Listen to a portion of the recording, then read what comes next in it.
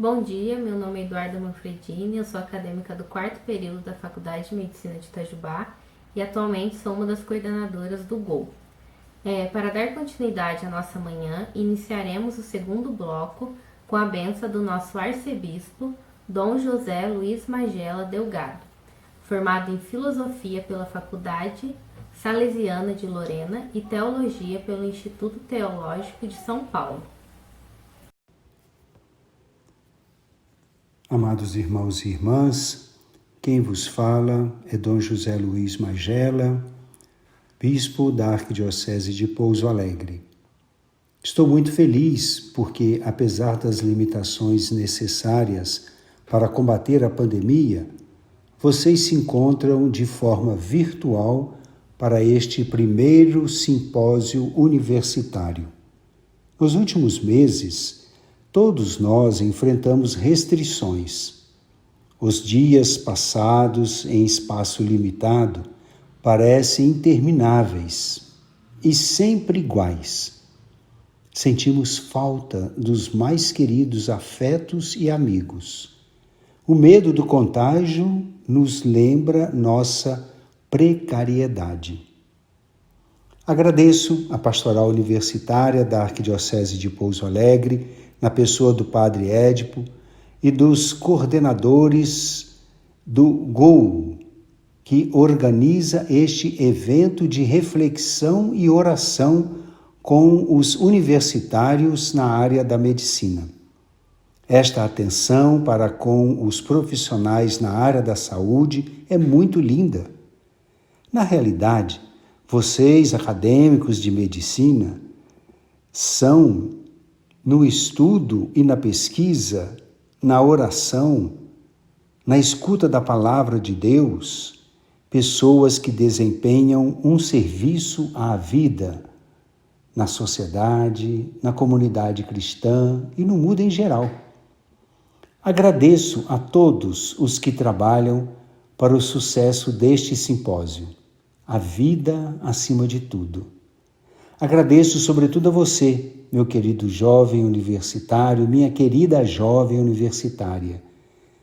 Agradeço a você que vive este tempo de sua vida repleto de sonhos e projetos em favor da vida. Vida saudável, vida com qualidade. Deus abençoe a todos.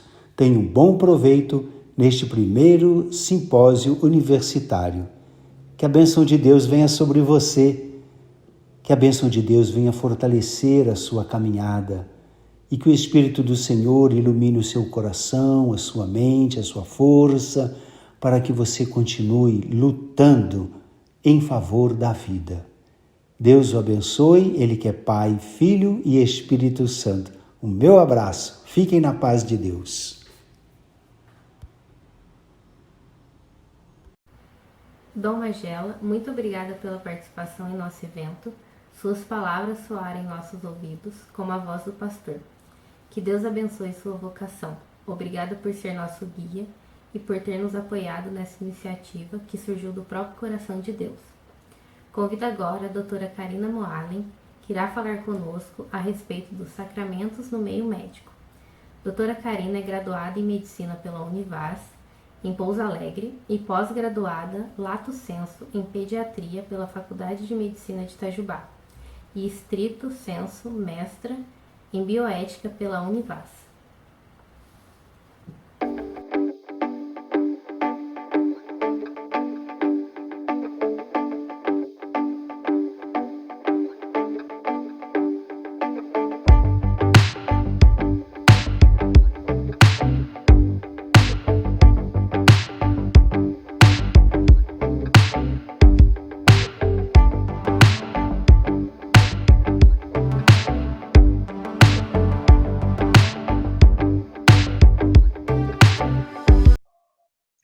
Bom dia, eu gostaria de agradecer a presença de todos, gostaria de agradecer em especial a aluna Eduarda Ribeiro, a qual me fez o convite para estar participando desse simpósio, e a toda a equipe responsável pela organização desse simpósio.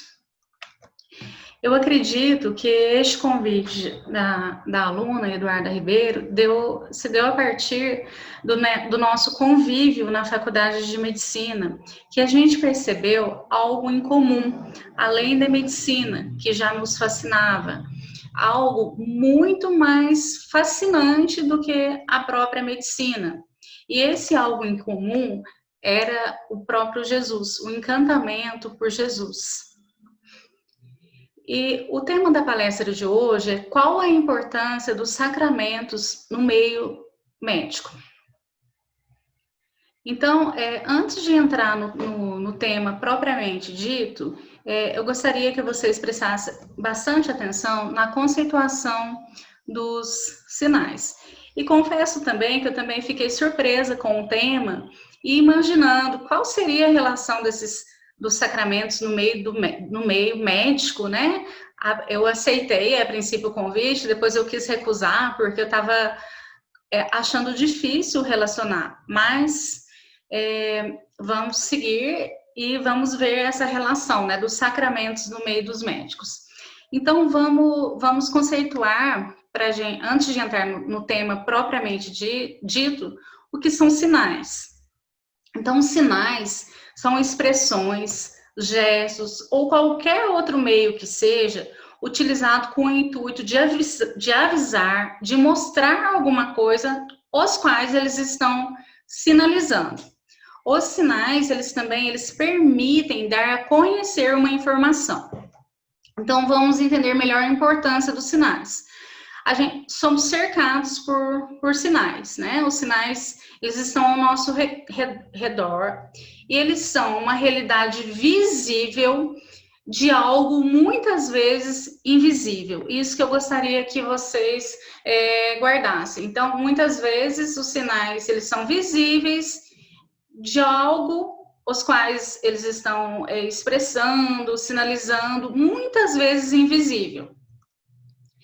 Eu vou citar exemplos na medicina para ficar mais fácil de compreender. Então, na medicina, por exemplo, a gente pode monitorar o paciente através de um aparelho, que é o monitor. Ele nos fornecerá sinais visíveis, por exemplo, frequência cardíaca, saturação de oxigênio, pressão arterial, entre outros, de algo invisível, que é a própria vida do paciente. Então, somente para ilustrar, né, esse é um monitor, ali os sinais vitais, né, frequência cardíaca de 60, saturação de oxigênio de 98, tem a pressão arterial, né, 12/8, e então são sinais visíveis de algo invisível, que é a própria vida do paciente. Mais exemplos na medicina, a gente tem uma foto, né, de uma moça com expressão facial de dor. Ela está sinalizando para a gente, é um sinal visível de algo invisível, que é a própria dor. A gente não pega a dor na mão, né? É invisível aos nossos olhos, mas ela existe, tá? E a gente vê que está sendo sinalizado para a gente. Existe até uma escala facial de dor, que do mais leve a gente pontua 1, a expressão facial mais intensa de dor que a gente pontua 10. Eu vou dar mais 2 exemplos na medicina, né, de sinais, que eu peguei exemplos na medicina que é o nosso meio. Antes de entrar no tema propriamente dito, que são os sacramentos. O eletrocardiograma. Aqui a gente tem um traçado eletrocardiográfico, que é um sinal visível, sinalizando e até registrando algo invisível, que é o ritmo cardíaco do paciente. Ninguém pega o ritmo cardíaco do paciente na mão, mas ele existe. E o último exemplo que eu deixei na medicina tem assim, se ficasse procurando, tem N exemplos, né? Tem muitos exemplos, mas o último, né, só para frisar bem, eu peguei o exemplo aí de um eletroencefalograma, que o que a gente está vendo na tela são traçados de ondas cerebrais. Os traçados, eles são visíveis. As ondas cerebrais, elas são invisíveis, mas elas existem. E o que isso tem a ver com sacramentos, né? O que são sacramentos? E por que eu estou falando de sinais?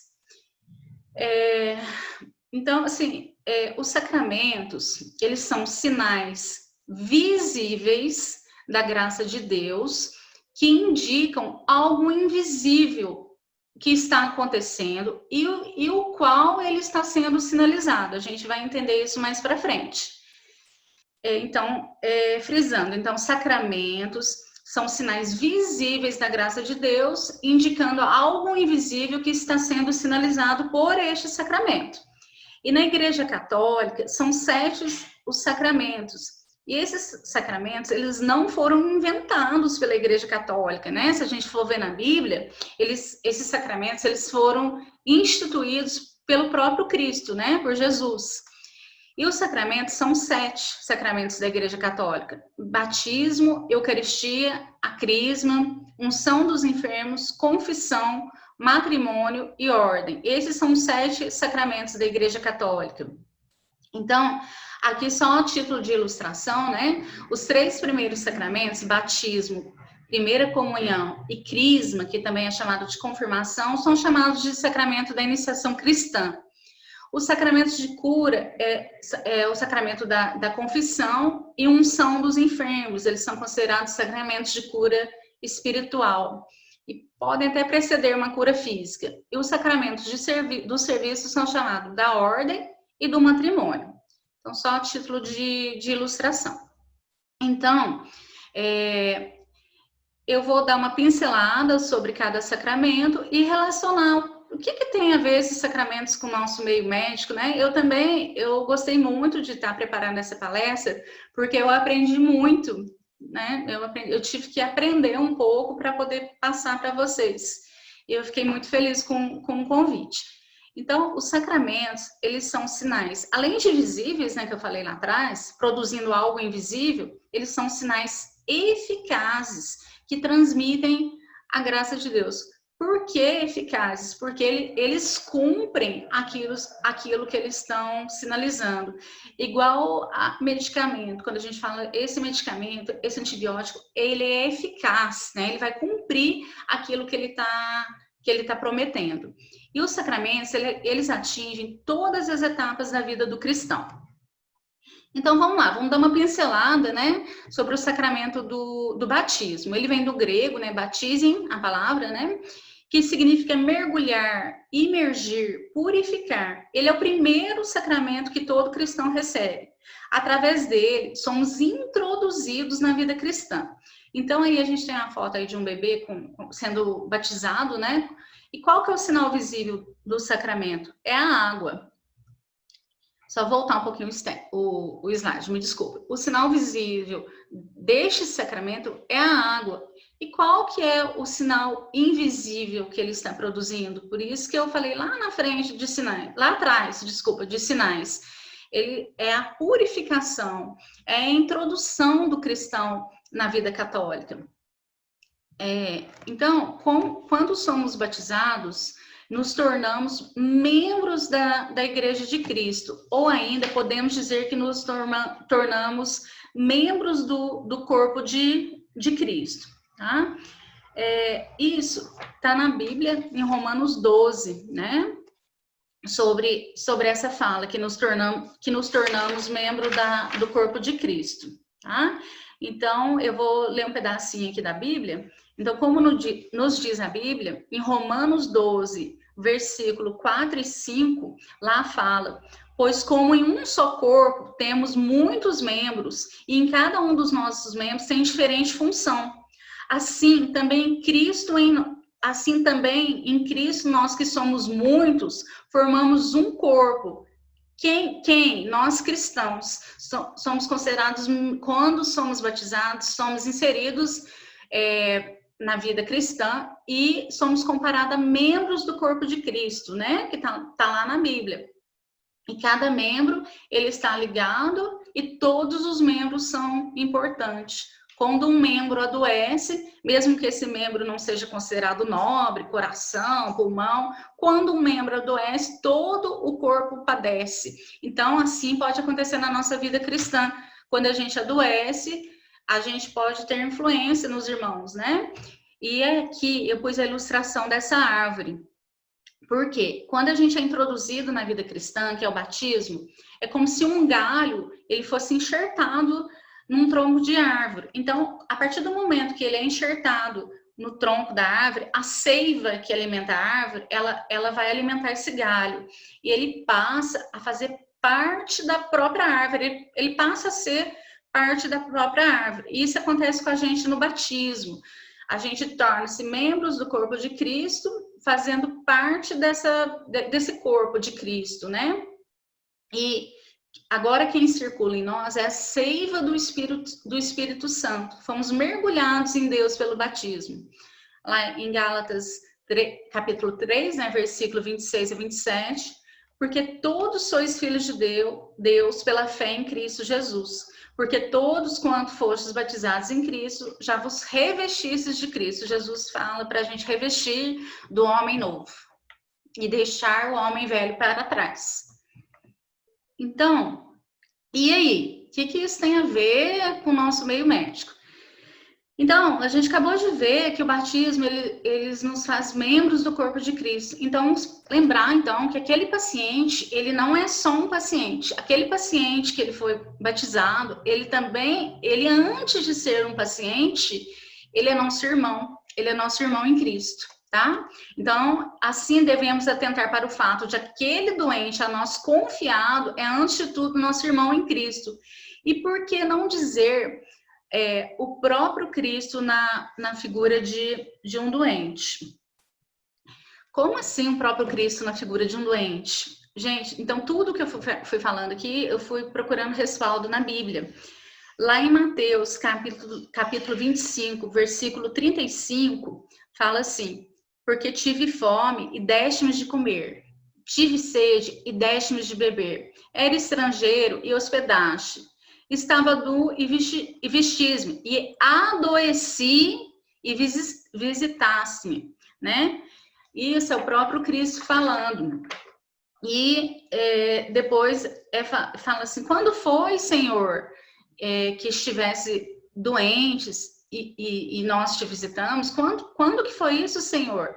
E ele responde que foi quando a gente quando fizeste a um desses pequeninos, no caso dos doentes, né? A mim o fizestes. Então, muitas vezes, Deus está escondido na figura do próprio doente, o qual nós assistimos. Aí, agora eu vou falar um pouquinho do sacramento da Eucaristia, tá? O sacramento é um sacramento cristão católico, através do qual o pão e o vinho se tornam corpo, eles se tornam corpo e sangue de Cristo. E ele foi instituído pelo próprio Jesus Cristo na última ceia. A hóstia sagrada é oferecida aos fiéis, tá? Foi instituído pelo próprio Jesus na última ceia, que falou, né? Este é o meu corpo, tomai e comei, este é o meu sangue, tomai e bebei. E, gente, isso é muito, muito lindo, né? Talvez um dos sacramentos que eu, particularmente, acho mais lindo.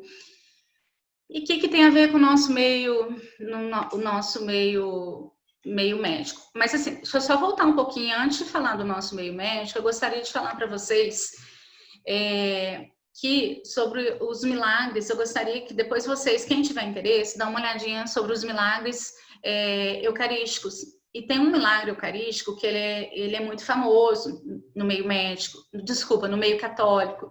Ele aconteceu na cidade de Itália, no ano de 700, na cidade de Lanciano, é uma cidade de Itália, uma cidade da Itália. E tinha um padre, durante a missa, ele foi consagrar a hóstia e ele falou: este é meu corpo, tomai e comer, este é meu sangue, tomai e beber. E ele duvidou na mente dele: será que é o corpo será que é o corpo mesmo de Cristo? Isso que eu tô falando, será que é verdade?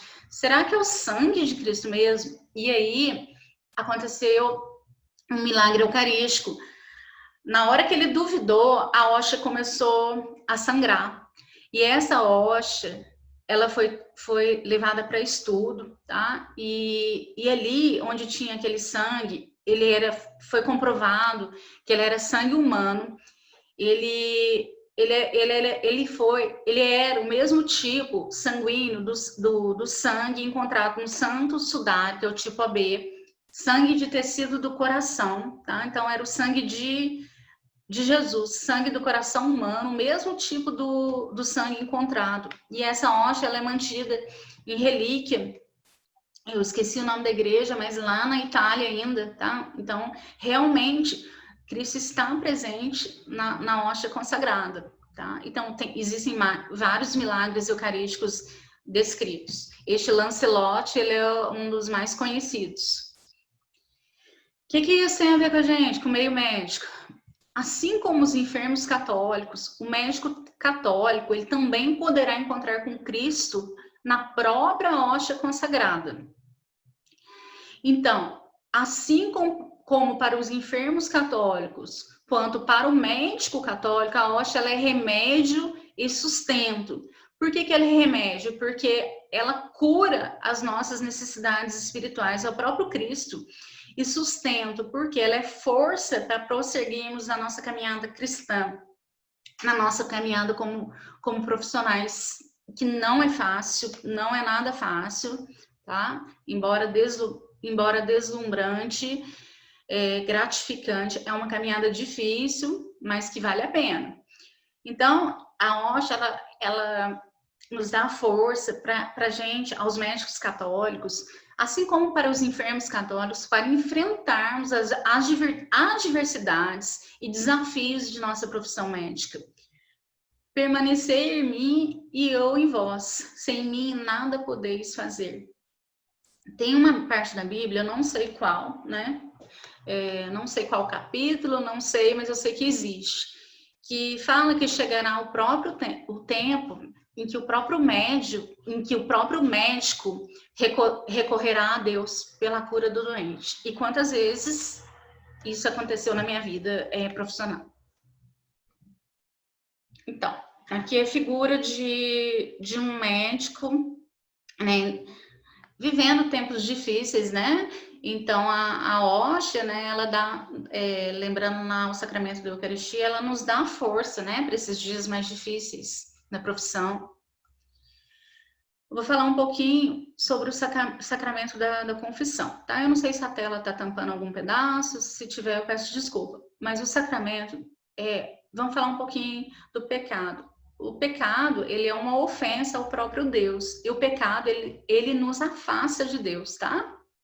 Então, o sacramento da confissão, que também não é uma invenção da Igreja Católica, ele foi instituído pelo próprio Cristo, ele também é chamado de sacramento da reconciliação, porque ele faz jus ao nome, pois ele nos aproxima novamente de Deus. É um dos sacramentos que promove a cura espiritual. Então, lembrem sempre que quanto mais longe de Deus, mais na escuridão a gente vai estar. E quanto mais próximo de Deus, mais próximo da luz. Então, eu fiquei pensando, né? Será que essas coisas não são, até peço perdão, né? Não são invenção da Igreja Católica, mas não são invenção. Eles são, tudo baseado, esses sacramentos são baseados na própria palavra da Bíblia, né? Instituído por Cristo.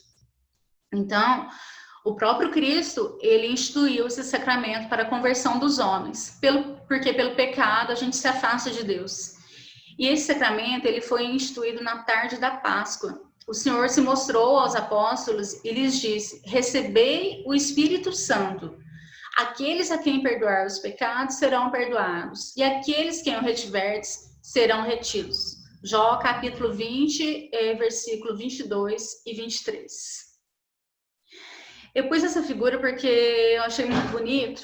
A gente tem uma figura de várias plantinhas e a água, ela tá caindo em cheio em algumas delas, em umas 2 plantinhas ou em uma plantinha. E repare que as plantas que estão ao redor, as outras plantas que estão ao redor dessa planta principal que está sendo aguada, elas também recebem respingos de água. Então, por que eu coloquei isso? Quando a gente se confessa, né? Nós médicos, agora voltando para o nosso meio médico, que é o tema da palestra, né? Relacionando sacramentos com o meio médico. Então, assim acontece na vida do médico católico. Quando ele se confessa com um padre, não diretamente a Deus, porque assim Jesus quis, ele deixou o sacerdote, quando a gente, médico católico, confessa, a gente recebe os benefícios direto desses sacramentos, sinais invisíveis, lembra? Que são cura espiritual, paz de espírito, reconciliação com Deus.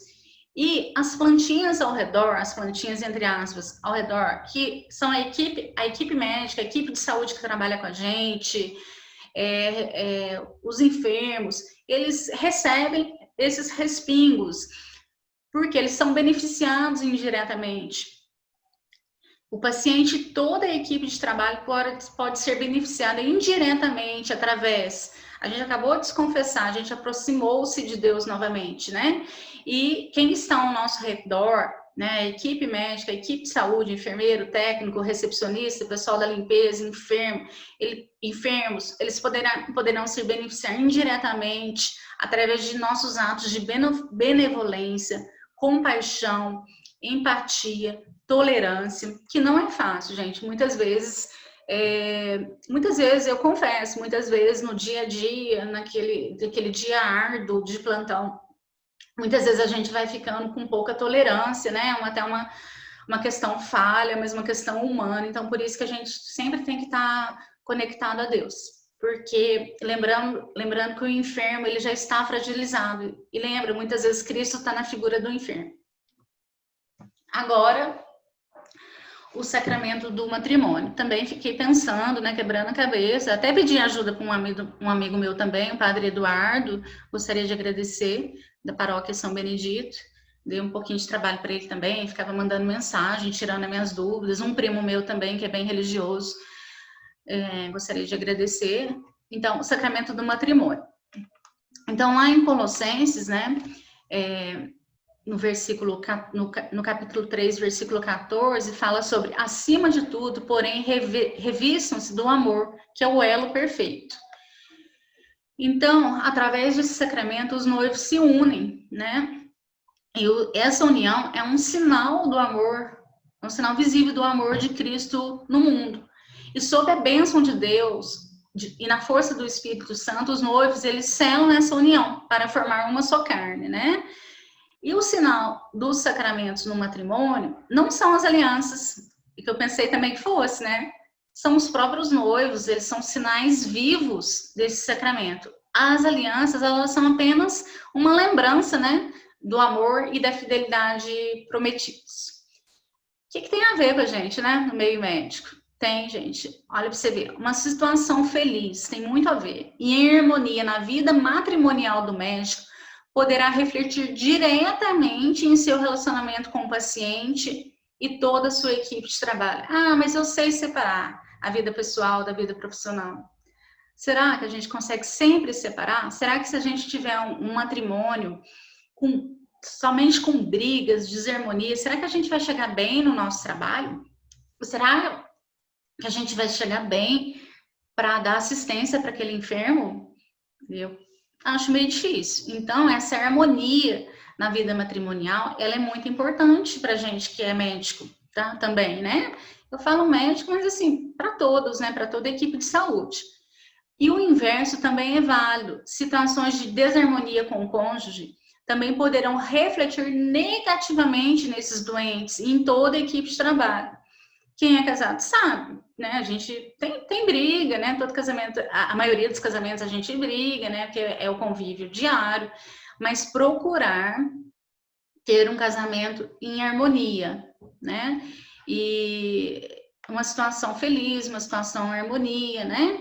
Eu, na minha vida pessoal, eu compartilho muito sobre o meu trabalho com o meu esposo e ele tem bastante paciência, ele me escuta bastante.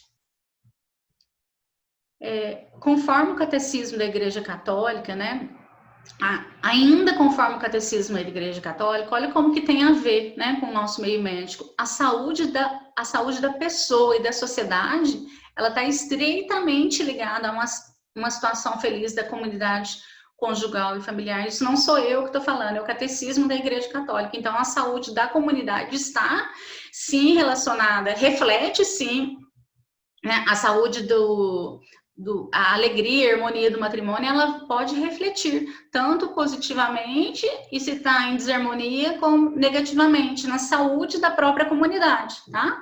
E na família, ainda o médico, ele deverá encontrar forças, né, apoio, e experiência para viver seus momentos e fáceis e difíceis. Ali que ele vai aprender, né? Primeiro o convívio que ele vai ter sobre momentos fáceis e difíceis. E ele deve compreender a importância dos laços familiares do doente também, não desprezar a família, né? Lembrar que aquele doente, ele tem um ente querido, né? E compreender aquele ente querido que também é afetado pela doença, né? De quem ele ama.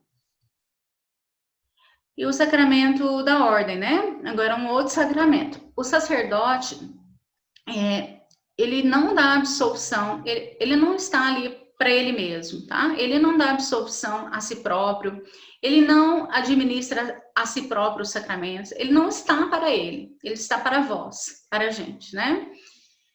E o padre, ele é um escolhido de Jesus, tá? Então tem lá na Bíblia também que não foste vós que me escolhestes, pelo contrário, eu que vos escolhi e vos designeis para ir e produzir muitos frutos. Jó, versículo 15 e 16. Então o padre se coloca a serviço da comunidade cristã, ele age em nome de Jesus. Em nome de Jesus ele acolhe, perdoa, une a comunidade e motiva a viver a fé, tá? E ele tem a missão de unir as pessoas com Deus e entre si. O que tem a ver com a gente médico? Também quebrei um pouquinho a cabeça. É somente através de um padre que o médico cristão católico ele poderá receber todos os outros sacramentos que foram falados, somente através do padre. Então, ele é muito importante, né? O sacerdote. E além disso, o médico, ele também, embora a gente ache que não vai adoecer, que a gente é diferente, né? O médico, ele também necessita ser cuidado fisicamente e, sobretudo, espiritualmente.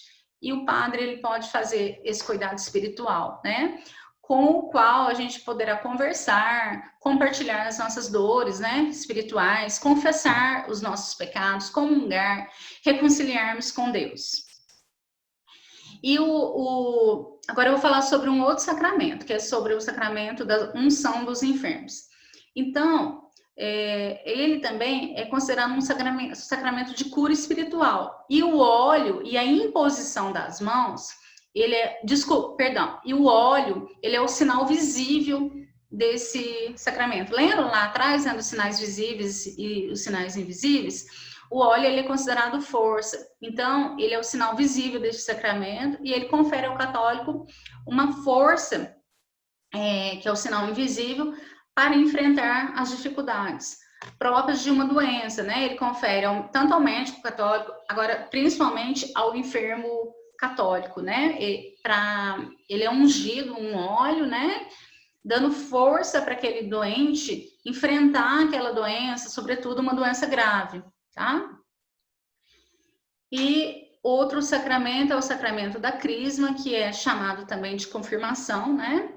A crisma, ela é o sacramento que nos dá o Espírito Santo. E quais são os sinais, e qual é o sinal visível? É o óleo e a imposição das mãos. E o sinal invisível são os dons do Espírito Santo. Recebe por este sinal o dom do Espírito Santo. Então, é muito importante que nós médicos, que nós recebemos esse sacramento da crisma. Eu recebi esse sacramento, entre aspas, muito tarde, porque...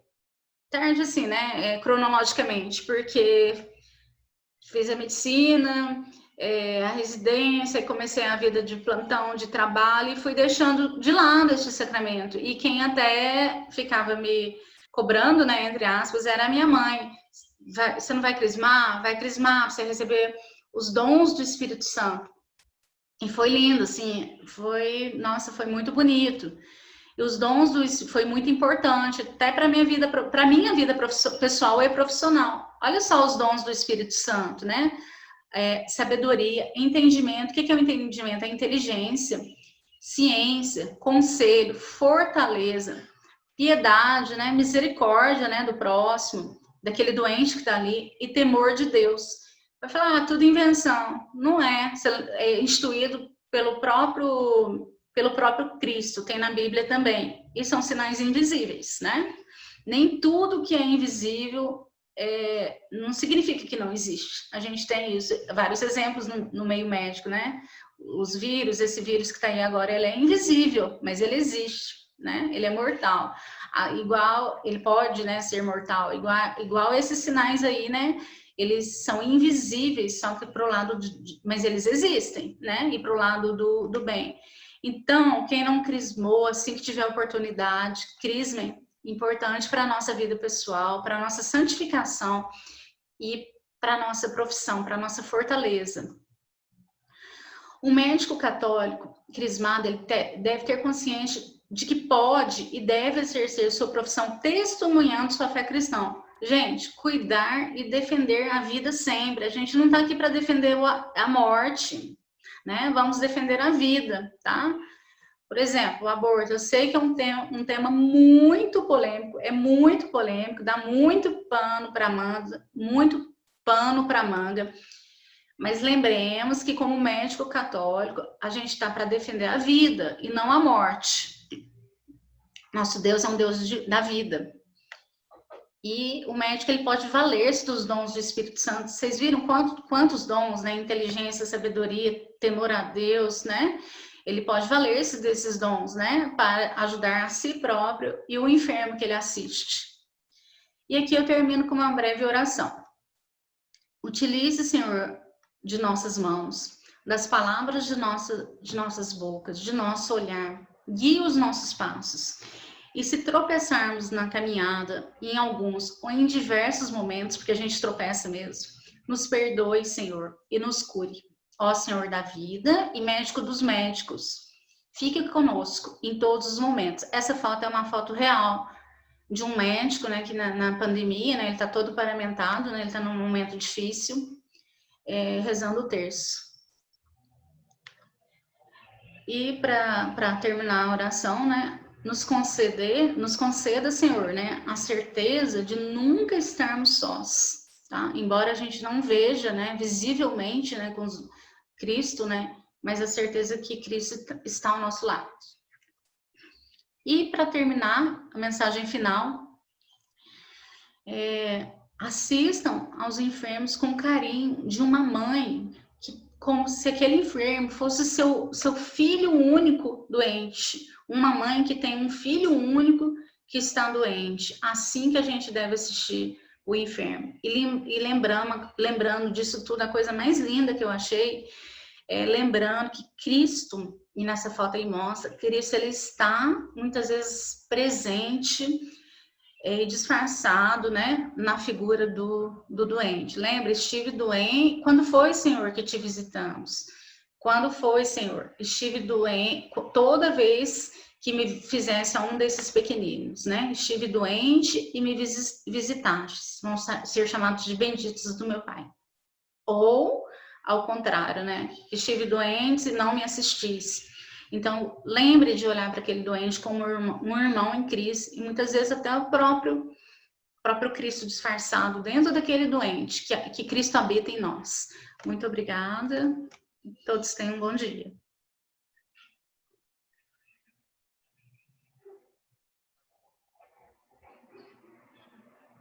Excelente palestra, doutora Karina. Agradeço em nome de toda a organização do Simpósio Universitário Guido Schaeffer, principalmente em nome de Eduarda Dantas, que tem um carinho muito grande pela senhora. Obrigada pelo seu sim e por nos inspirar com suas palavras. De forma especial, agradeço em nome dos alunos que tiveram a oportunidade de tê-la como professora, pois seu testemunho de fé ficará marcado para sempre em nossos corações. Agora, eu passo a palavra para o Dr. Ricardo Mene Gonçalves, graduado pela Faculdade de Medicina de Itajubá em 2002. Ele fez residência em Clínica Médica no Conjunto Hospitalar do Mandaqui, em São Paulo, em Endocrinologia e Metabologia no Hospital Felício Roxo, em BH. O convido para falar a respeito do tema Cientificismo versus Espiritualidade.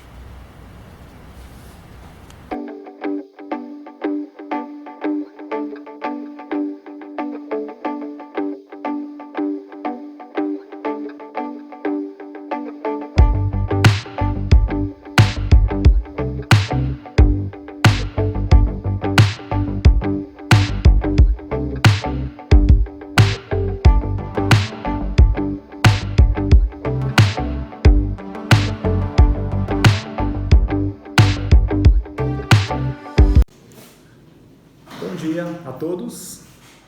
É com muita alegria que eu estou aqui para participar desse simpósio Guido Schaffer, que é organizado pelo Grupo de Oração Universitária da Faculdade de Medicina de Itajubá. Eu espero que o evento seja um sucesso e certamente será um evento pioneiro na nossa região, que certamente tem muito a acrescentar para todos nós. E foi-me dada a missão, nós estamos em outubro, é o mês das missões, então foi-me dada a tarefa de conversar um pouquinho com vocês sobre o tema cientificismo e espiritualidade, certo? E é sobre isso que nós vamos procurar discursar um pouquinho aqui ao longo desses próximos minutos. Eu sou Ricardo Mene, eu sou endocrinologista aqui em Itajubá. Eu nasci aqui na cidade mesmo, me formei pela Faculdade de Medicina de Itajubá em 2002 e estive fora fazendo as minhas residências do ano de 2003 até 2007, quando voltei para cá e aqui estou desde então. Eu fui primeiro para São Paulo no ano de 2002, onde eu fiz clínica médica no Hospital do Mandaqui. Depois eu fui para Belo Horizonte, onde eu fiz a residência de endocrinologia no Hospital Felício Roxo. Desde então, voltei para cá e daqui pretendo não sair mais. Eu vou começar com uma oração, em nome do Pai, do Filho, do Espírito Santo. Amém. Inspirai, Senhor, as nossas ações, para que em vós comece e para vós termine tudo aquilo que fizermos por Cristo, Senhor nosso. Amém. Eu vou começar falando uma coisa óbvia. É claro e evidente que no decorrer da história da humanidade, nós homens, em geral, nós fomos ficando cada vez mais inteligentes. Claro, a nossa capacidade de compreender as coisas foi se tornando muito maior e existe certamente essa vontade que parte de cada um de nós para saber cada vez mais, né? A gente não aceita mais fenômenos sem conseguir entender. A gente já evita admitir qualquer tipo de teoria que não faça nenhum sentido para a gente, né? E é claro que o sucesso da ciência contribuiu demais para essas melhores condições da humanidade, em particular na nossa área, os avanços maravilhosos aí da tecnologia, do diagnóstico, do tratamento das doenças, nos faz capaz hoje de chegar num nível muito alto. A gente pode quase tudo na medicina hoje, né? A partir aí da evolução do pensamento científico, se a gente tem uma hipótese, a partir dessa hipótese ela vai servir de base aí para que a gente possa ou não comprovar experimentalmente essa hipótese. Então essa hipótese ela pode ou não resultar numa teoria, num conceito, né? Será que aquilo que eu estou percebendo é o correto?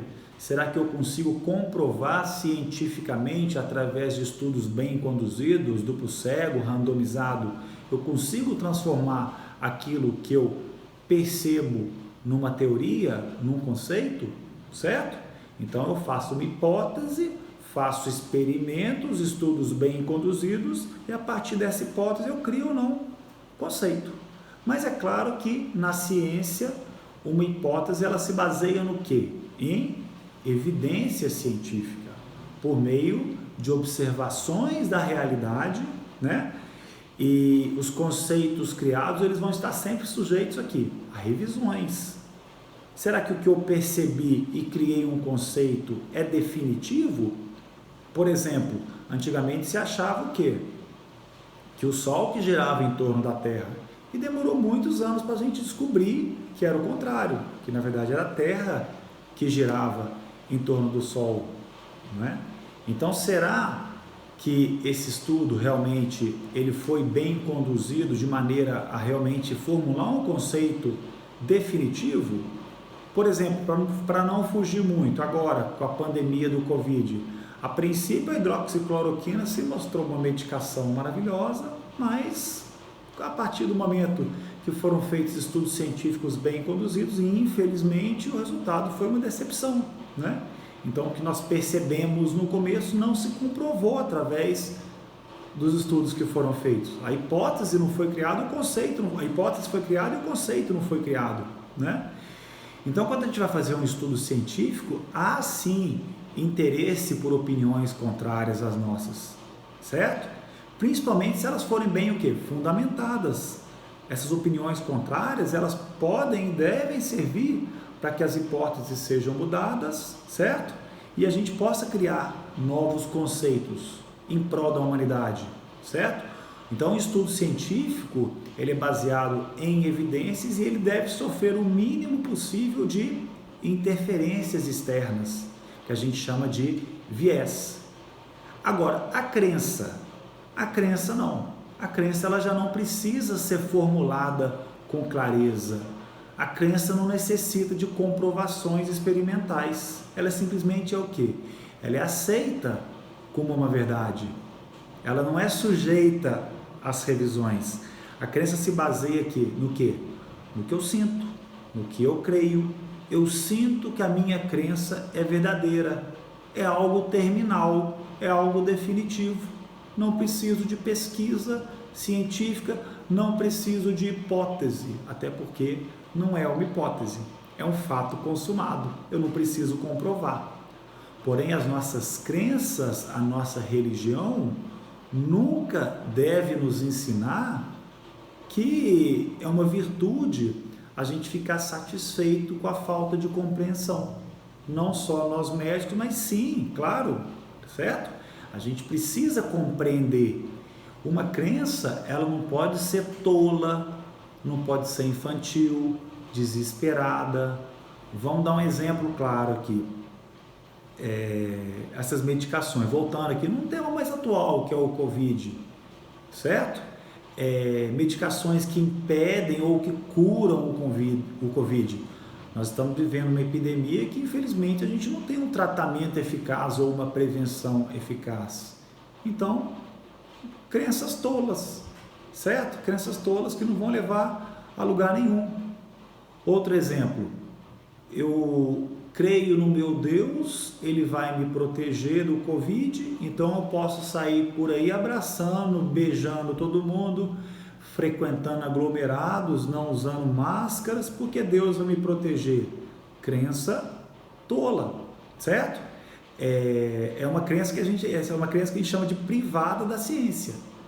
A gente tem que trabalhar com a ciência junto, porque senão vira uma crença privada que a gente chama de fideísmo.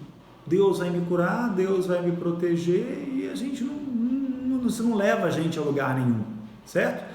Então é claro que uma das maiores conquistas da humanidade, principalmente aí após o início do século XV, é realmente essa evolução do pensamento científico, essa formulação de novos conceitos para a compreensão melhor do mundo, essa curiosidade constante que a gente tem que ter, procurando sempre conhecer coisas e ideias novas. Se eu não compreendo, eu vou o quê? Me esforçar, estudar para poder compreender, certo? Porque uma falta de curiosidade constante acaba levando a gente a quê? A uma paralisia mental. Se eu não sou curioso, que tipo de médico que eu vou ser? Se eu adoto uma atitude anticientífica aí no meu dia a dia, obviamente eu estou atrasado. Porém, na nossa vida humana, nem tudo é cognitivo, racional, material, certo? Se eu sou meramente materialista científico, eu tenho uma visão do mundo que eu admito apenas a existência do quê? Dos fenômenos físicos no universo. Eu só acredito naquilo que eu vejo, certo? E a gente sabe, a gente vai percebendo ao longo da nossa vida que é sim necessário um sentimentalismo na atividade científica.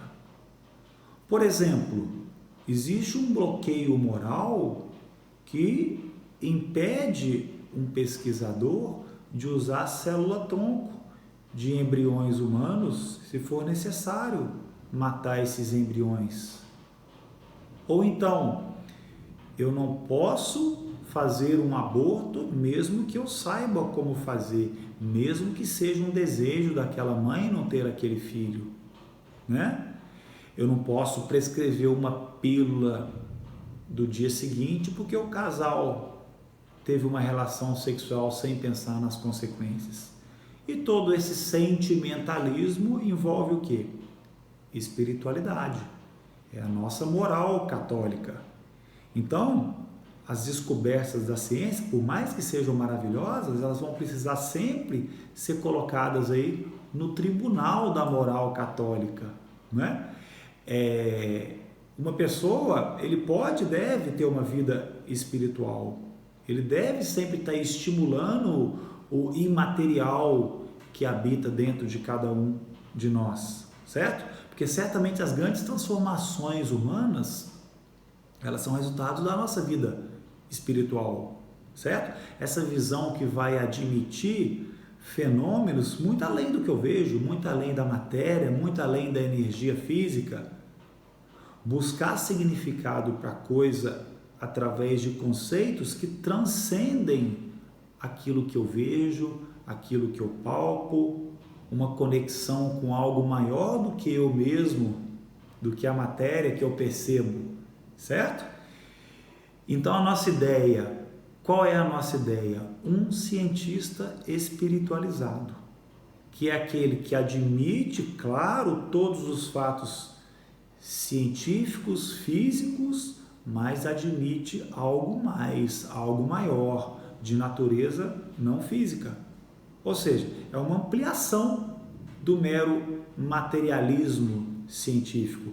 Porque o materialista simples, meramente baseado em evidências, ele deve ser transformado nesse espiritualizado, porque somente o espiritualismo pode levar a humanidade a assumir uma atitude verdadeiramente altruísta e capaz de nos fazer ser médico, não só de homens, mas médicos de homens e de almas.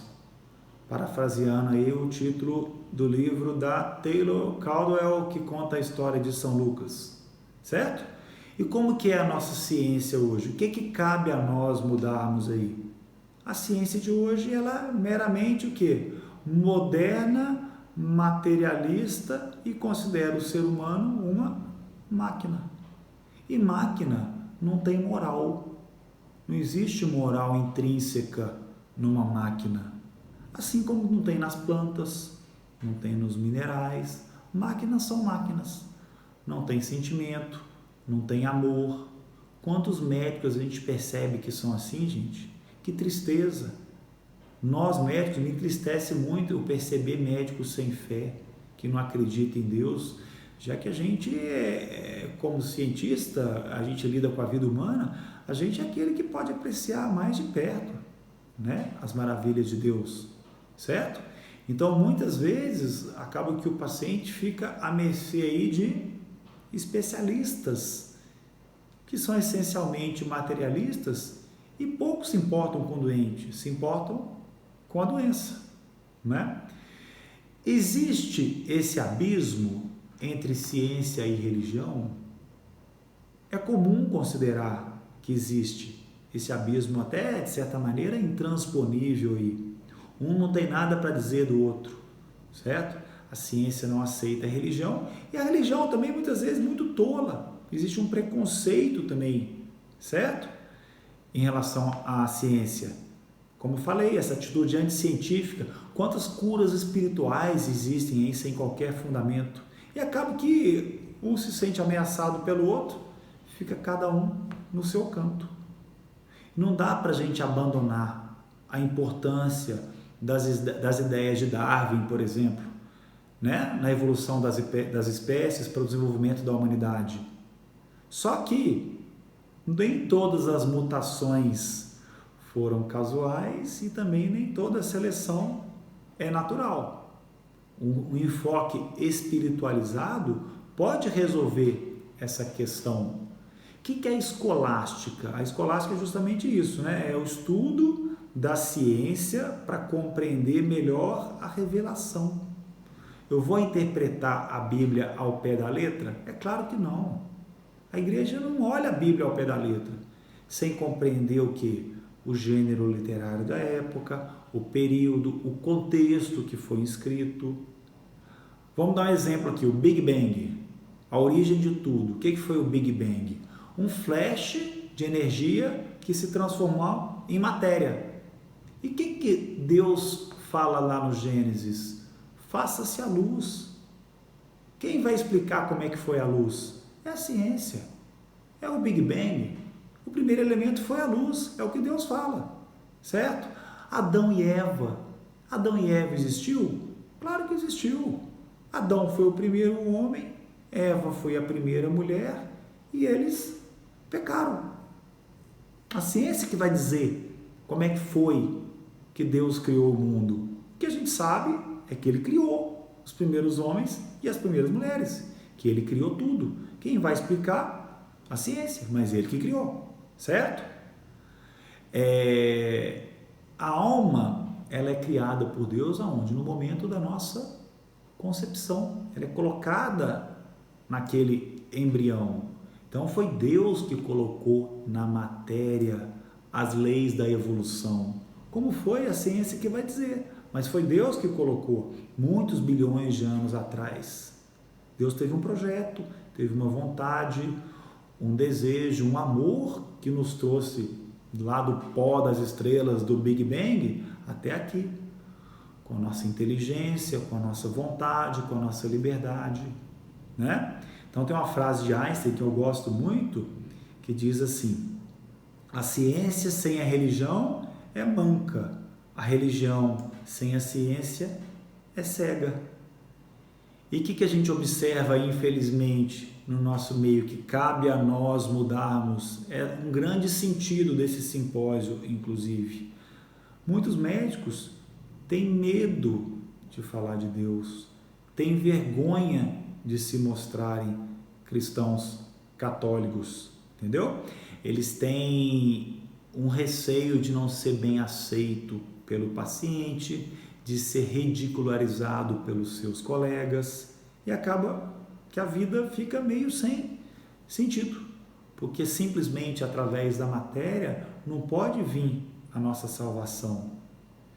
Será que a evolução científica, as maravilhas que acontecem na ciência, faz o homem atual mais feliz que antigamente? Certo? Porque para o materialista, simplesmente materialista, as doenças são o quê? Fruto do acaso. Não tem sentido, precisa ser eliminada. Para o cientista espiritualizado, já vem uma hipótese de que aquela doença não é fruto do acaso. Aquela epidemia não é fruto do acaso. Faz parte do caminho para o desenvolvimento espiritual daquele indivíduo. Então, cabe ao médico justamente o quê?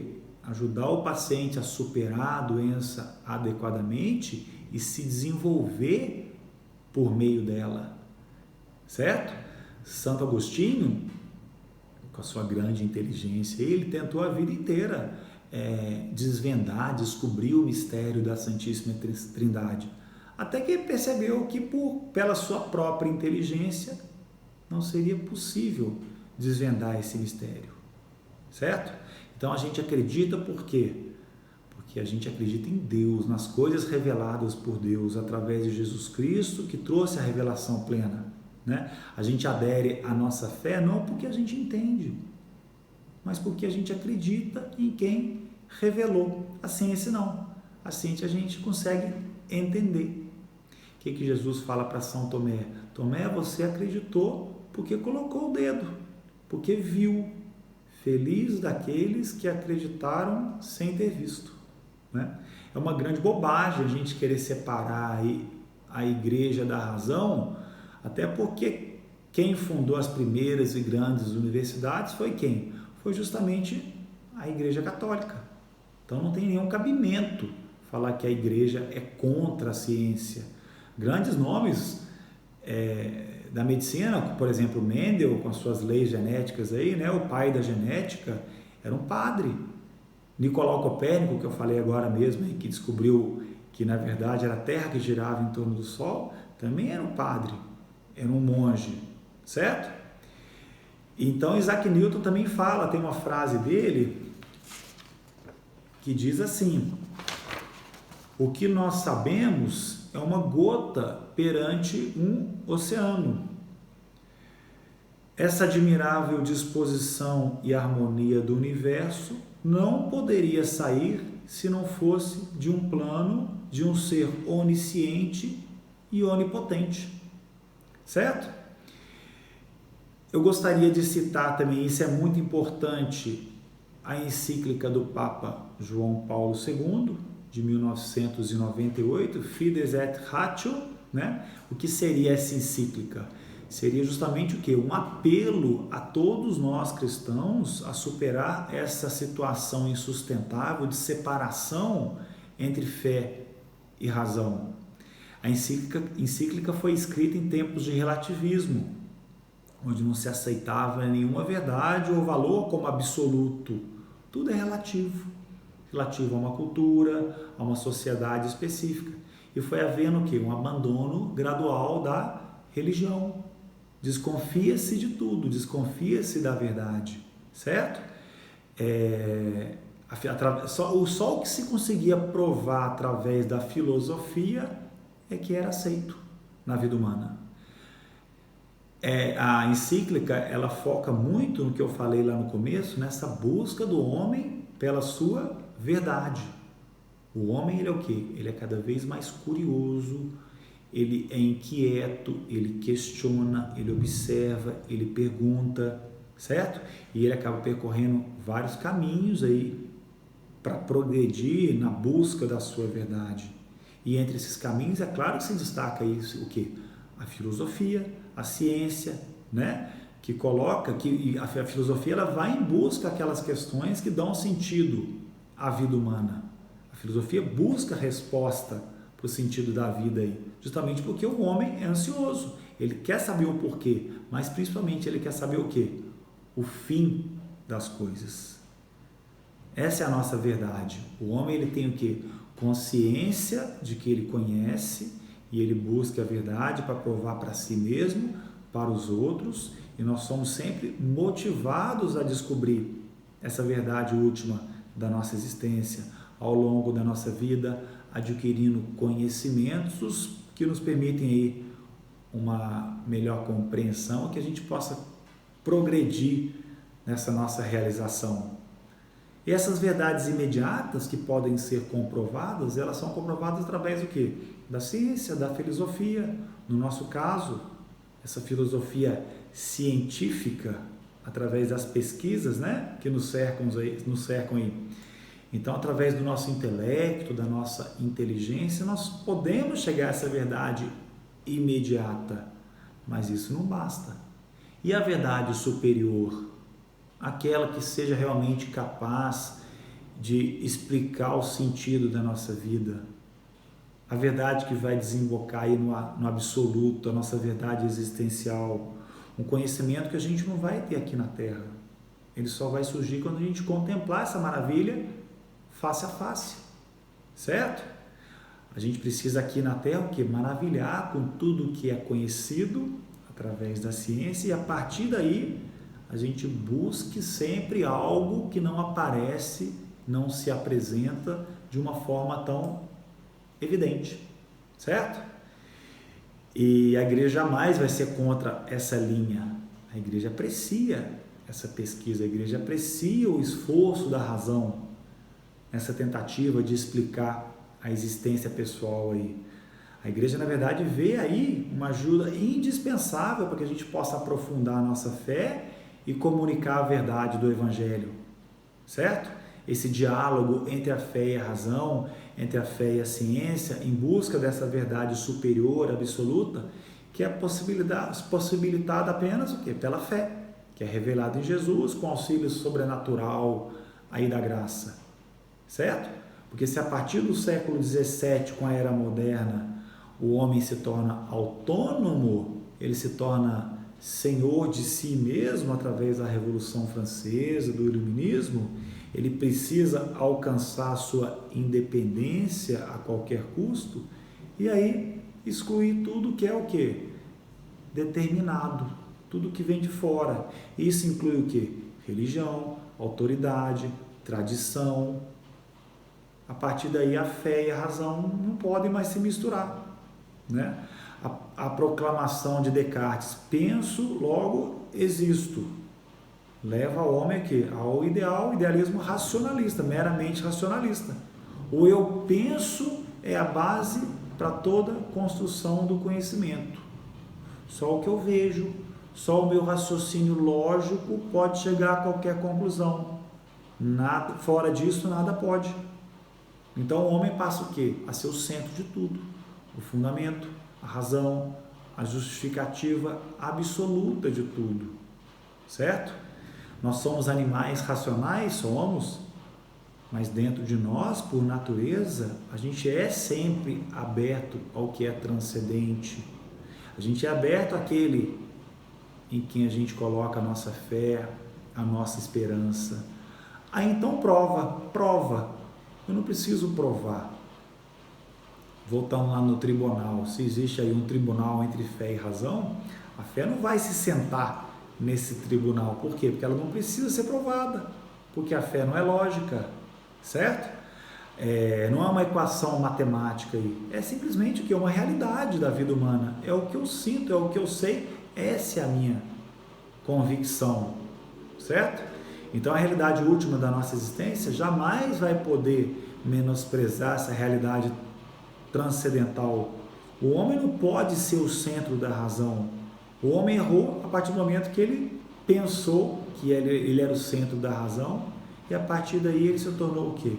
Insatisfeito e cheio de interrogação na cabeça, certo? As áreas se desenvolvem, a ciência se favorece, porém parece que em certo momento a razão se encantou por ela mesma e menosprezou o que era mais importante. O homem se esqueceu que ele é sempre chamado a se voltar para uma realidade transcendental aí, né? Deus impede isso? Não. Deus nos dá o livre-arbítrio. A gente tem essa capacidade de escolher, de ser prático, de ser objetivo, dominado plenamente pela ciência e pela tecnologia. Porém, parece que a razão o quê? Ela ficou cada vez mais pesada. Ela foi pesando, e o homem foi conhecendo cada vez mais, e acabou que essa razão ficou tão pesada que o homem se envergou. E a partir daí ele não conseguiu mais olhar lá para o alto. Ele não conseguiu mais olhar para a verdade absoluta do seu ser. Ele limitou o seu conhecimento somente ao homem, e o seu conhecimento ficou o quê? Restrito.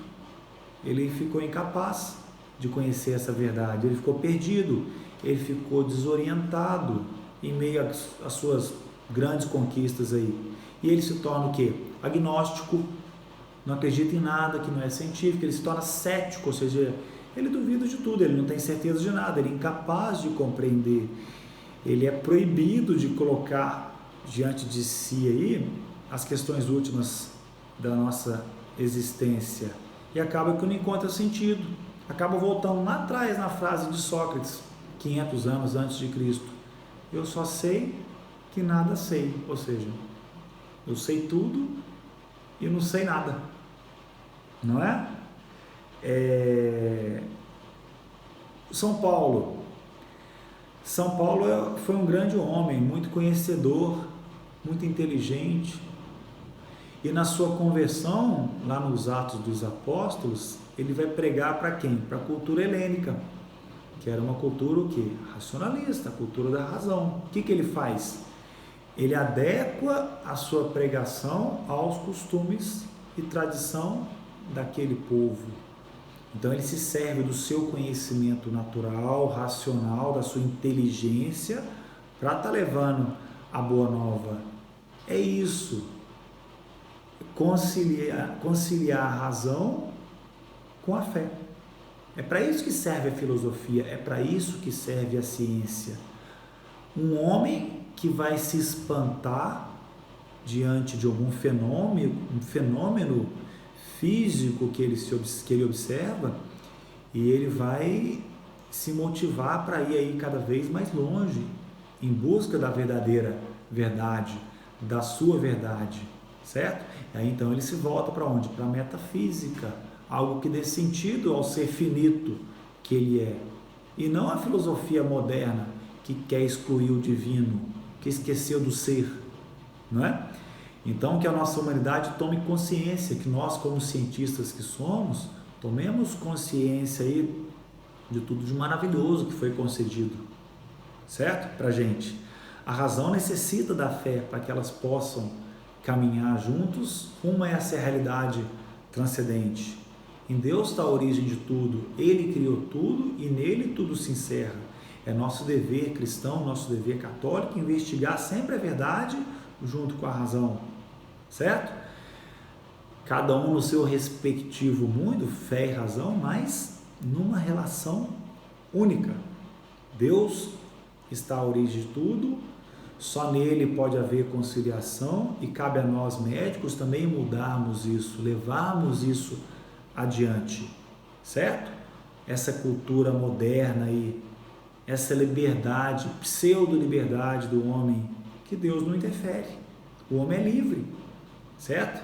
Se ele questiona a sua própria fé, ele tem direito a isso, desde que arque com as consequências, certo?